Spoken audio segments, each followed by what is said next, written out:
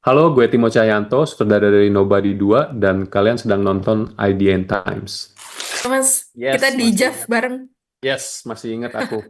Di antara Jav, Oke. Anda berdiri di tengah-tengah kerumunan orang banyak.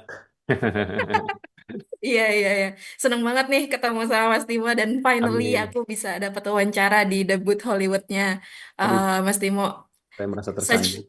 ya, such an honor nih, bagian Thank dari you. sejarah. Amin, thank Oke, you, thank you. oke Mas, pertanyaan basic banget nih. Sebenarnya gimana sih Mas Timo pertama kali gabung sama proyek ini? Ditawarin atau kayak gimana? Yes, waktu itu kebetulan I was just finishing Shadow Strays, lagi di tengah-tengah post production ya, maksudnya lagi edit segala macam. Tiba-tiba my agent, my Hollywood agent, tiba-tiba bilang like, hey, mereka mau bikin Nobody 2, and we are sending the script to you now gitu. Kayak, gue jujur gue emang udah fan dari film pertama. I watched it di waktu itu di Apple iTunes gitu, and I was like, damn, gue suka nih film gitu. Karena sutradaranya emang gue fans, which is Ilya Naishuller. He's an amazing talented filmmaker. Terus begitu gue ditawarin skripnya, gue pertama kaget, kok skripnya positif dan colorful banget ya gitu loh, kayak beda banget dengan the first film gitu. Tapi justru karena itu gue merasa tertantang, kayaknya gue pengen nih gitu, apalagi setelah bikin Shadow Strays yang lumayan dark dan lumayan moody gitu, gue kayaknya merasa tertantang. How about if I make something yang lebih lebih berwarna dan lebih hopeful dan lebih tentang family lah gitu. Mm. Kalau Shadow Strays Oke. kan tentang nggak punya family ya. Iya, iya, iya. Tapi berarti waktu itu langsung di approach gitu, Mas. Langsung ditawarin Ya, gitu di ya. approach dan juga aku harus pitch lah. Biasanya kalau kayak gini-gini pasti ada kayak pitching ide, pitching visi gitu gimana gitu. Hmm. Dan waktu itu gue emang pitchnya ke Universal Studios, Universal Pictures, sama terutama ngobrol ke Bob-nya. Tapi di Bob kita ngobrol, kita lumayan nyambung tentang the suka dan duka menjadi seorang father with Hmm. two kids gitu. Dia juga punya dua anak. His kids is obviously lebih grown up, cuman kayak kita bilang bahwa oh ya, hidup di dunia kreatif ini tuh ini ya, kayak banyak banyak dukanya juga gitu, dan bahwa lo harus banyak jauh dari anak-anak lo segala macam. So because we talk about that, kita nyambung dan akhirnya I got the job, you know. Hmm. Hmm. Oke, oke. Nah, kayak Mas Timo bilang, ini kan lebih colorful ya dibanding film-film Mas Timo sebelum-sebelumnya. Waktu ditawarin gitu dari Universal tuh ada kayak penyesuaian, minta penyesuaian gitu nggak sih Mas? Misalnya kayak vibe-vibe tertentu, terutama dari actionnya gitu-gitu, ada nggak? Eh, ya mungkin ada, cuman bukan sesuatu yang menurut gue restriktif ya. Maksudnya kita emang selalu harus ngelihat bahwa oke, secara topik kreatif gue tahu kapan gue bikin scene-scene yang yang penuh kekerasan, yang bikin bikin itu merasa orang kayak nggak comfortable gitu. Kayak gue tahu kayak oke, Shadow Strays, kayak The Night Comes for Us gitu-gitu, emang tujuan gue adalah kayak ngasih lihat bahwa violence itu tuh sebuah pengalaman yang apa ya, yang sangat, kalau bahasa Indonesianya itu mungkin sangat kena di sendi dan syaraf gitu loh.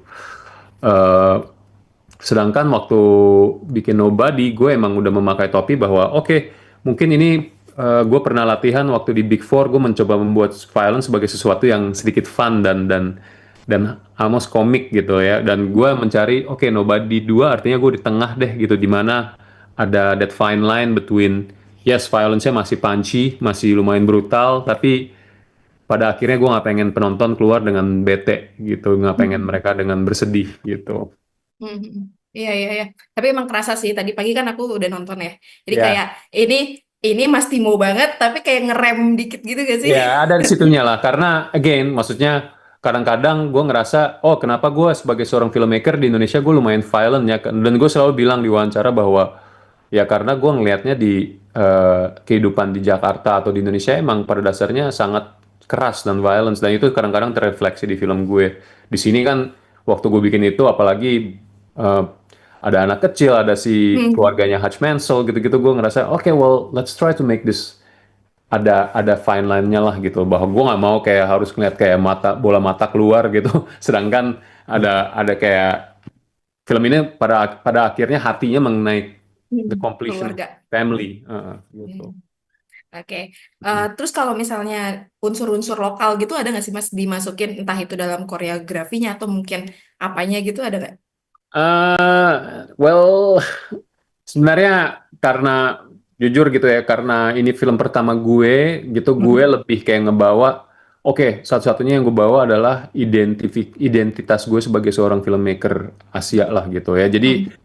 gue waktu itu nggak terlalu, gue bukan orang yang suka kayak oh gue harus masukin masukin elemen itu akan terjadi dengan sendirinya begitu gue udah lebih diakui di sini di sinilah gitu, dan itu step-stepnya kan tidak langsung ya. Gue juga Iya.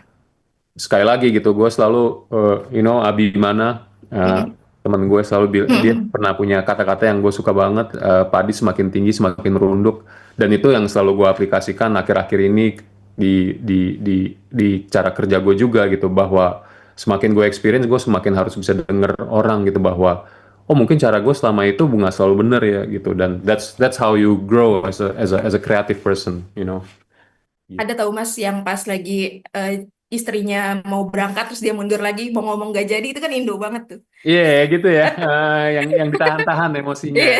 Iya, iya, benar sih, mungkin itu juga itu keren sih. Scene seperti itu justru gue suka banget directnya, karena Hmm. lo diskusi sama aktornya, si istrinya si Hmm. Connie Nielsen itu, dia juga nggak mungkin kalau perempuan tuh nggak mungkin kayak gini, lo mestinya kayak gitu, dan gue kayak dengerin iya ya bener ya gitu. Jadi ya gitulah gitu Iya, kayak. iya, iya. Mm-mm. Oke Mas, untuk adegan terakhir nih buat aku sih itu ikonik banget ya. Karena aku tuh suka tuh action-action yang pakai jebakan-jebakan strategis gitu-gitu. Jadi kayak Aha. ala-ala Home Alone tapi ini Home Alone, iya iya iya iya. versi Itu emang. mature gitu nggak sih? Ya kan? Aha. Boleh nggak sih Mas di spill kayak fun facts dari adegan-adegan itu behind the scene-nya tuh apa aja gitu? Ada Oke. nggak? Pak? Nah, itu yang justru bikin gue pengen banget ngerjain film ini juga, secara secara terlepas dari tema family gitu ya. Itu yang bikin gue akhirnya pas ngebaca skripnya, oh shit, gila keren banget ini, banyak banget yang gue bisa mainin. Eh, Begitu gue tahu bahwa final final actionnya akan berada di water park dan amusement park gitu, Hmm. gue langsung kayak duduk dengan adalah tim action kita, Greg Rementer, very talented guy.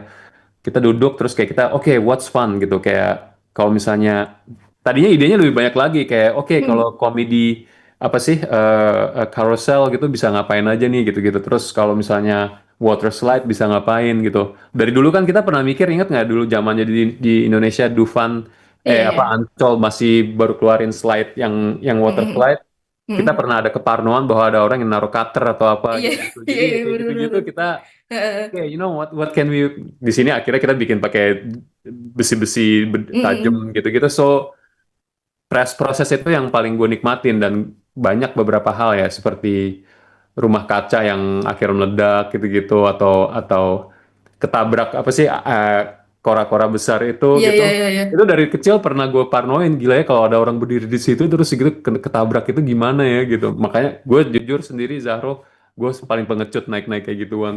Biasanya kalau gue Sama. pergi sama anak-anak gue ke Disney atau ke Universal gitu, gue kayak aduh gue diem aja deh, gue nunggu aja. Oke, jadi pas lagi terima naskah yang di adegan akhir itu masih kayak raw gitu ya. Terus prosesnya mau diapa-apain itu masih kayak berarti Yes, kita sedikit kita banyak bahkan Mas Timo ikut. benar. Jadi kita bahkan kayak pergi ke Midway atau amusement park beneran gitu, and then we look at semua mesin-mesinnya. Oke, what can we do with this machine? What can we do? Hmm. How do you kill a person with that machine? Tapi yang gue paling suka ya itu kayak ball pit, atau di Indonesia namanya kayak kolam bola itu loh, you know. Hmm. Karena dari Hmm. dulu gue juga selalu mikir, gila ya, gue paling takut tuh kalau di kolam bola itu tiba-tiba di bawah ada sesuatu yang tajam atau apa. Hmm. Akhirnya ya, oke, gimana kalau dimasukin ranjau di bawahnya? Iya, sumpah seru banget sih itu yang terakhir. Menurut aku itu pas keluar tuh itu memorable banget sih buat aku. Oh gitu ya. Semua yang di situ. Oh, Terus thank you, sama thank you. yang ya sama yang endingnya nggak tahu ya ini entah ini interpretasi aku atau bukan, kan ini Nobody 2 ya, terus kan di ending itu ternyata nggak dia sendiri tapi ada istrinya gitu, jadi kayak Yes. ya Ah. gitu itu bener nggak interpretasi aku Iya, kalau itu itu. aku emang itu yang buat buat aku justru paling penting gitu loh, karena for me, justru tema ceritanya itu adalah bahwa dia bilangnya nobody, I'm nobody gitu, tapi he is actually somebody, dan identitasnya dia paling besar adalah he is a family man kan gitu loh. Dan what a family man cannot be adalah be self, tergantung dengan diri sendiri lah gitu loh. Dan itu terutama terbukti secara actionnya dan secara bahwa dia dari pertama selalu coba-coba kabur dari istrinya, bahwa enggak gue nggak giniin kok, gue bener-bener pengen holiday. Tapi pada akhirnya justru family-nya dia yang merangkul dia gitu loh. Dan itu message yang sangat penting lah buat gue gitu. Ya, dapat sih kalau aku itu pesan itunya sih Mas. Thank you, Oke, thank nah tadi kan kita udah ngomongin rasanya kolaborasinya Mas Timo sama Bob. Kalau sama Sharon Stone gimana Mas? Rasanya you. mendirect seorang Sharon Stone. Sharon Stone, gue suka banget sama dia karena jujur gue di hidup gue lebih takut sama perempuan daripada sama laki.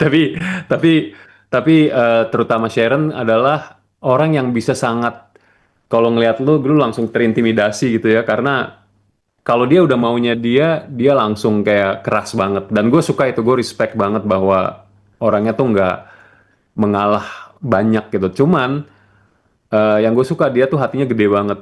Dia selalu kayak bilang kayak, you know what, kalau misalnya emang ini bikin susah, oke, gue lakukan ini gitu. Atau misalnya eh, misalnya lu mau gue gila sekalian deh gitu. Jadi itu sangat sangat gue hargain banget dari dia. Dan dia juga bisa dibilang dia Hollywood royalty kan.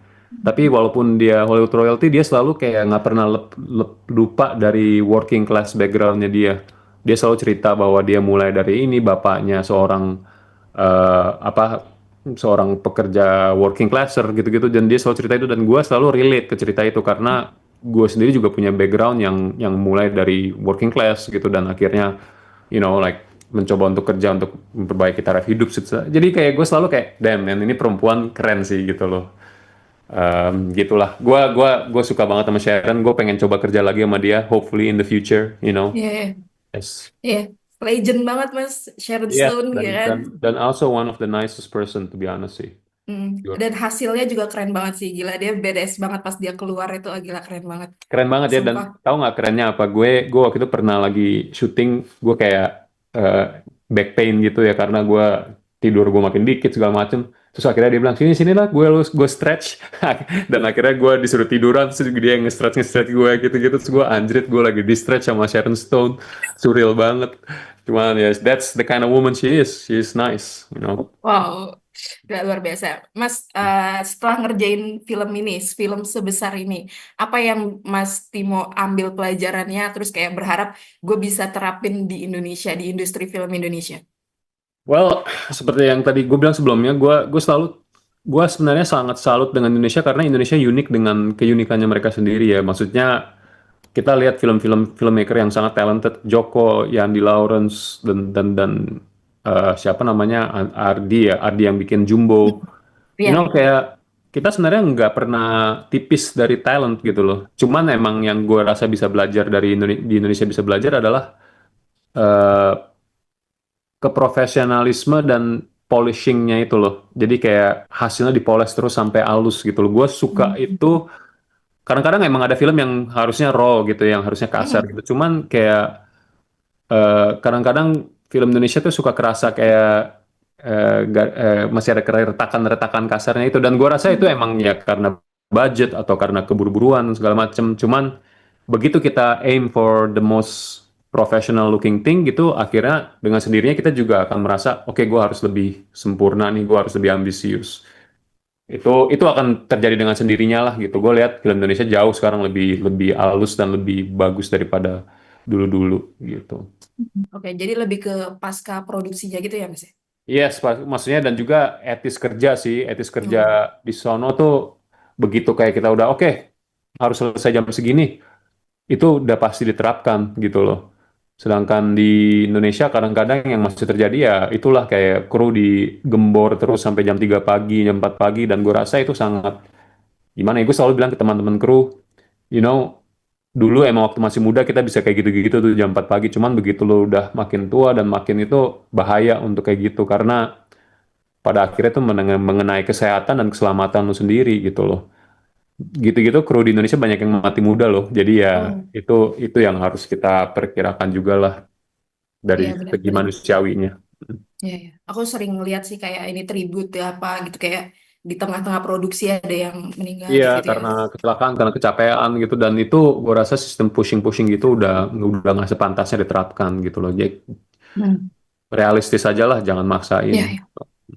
Oke, kayaknya itu pertanyaan terakhir aku, Mas. Thank you banyak, Mas Timo. Terima kasih. Thank Semoga you ya Zaro next ya. kita bisa Aduh, ngobrol-ngobrol gue lagi nih. pengen banget Semoga. ke JAV lagi nih, cuman kayaknya Ya, gue baru kelar syuting, JAV udah mau kelar, jadi ya hmm. gitulah.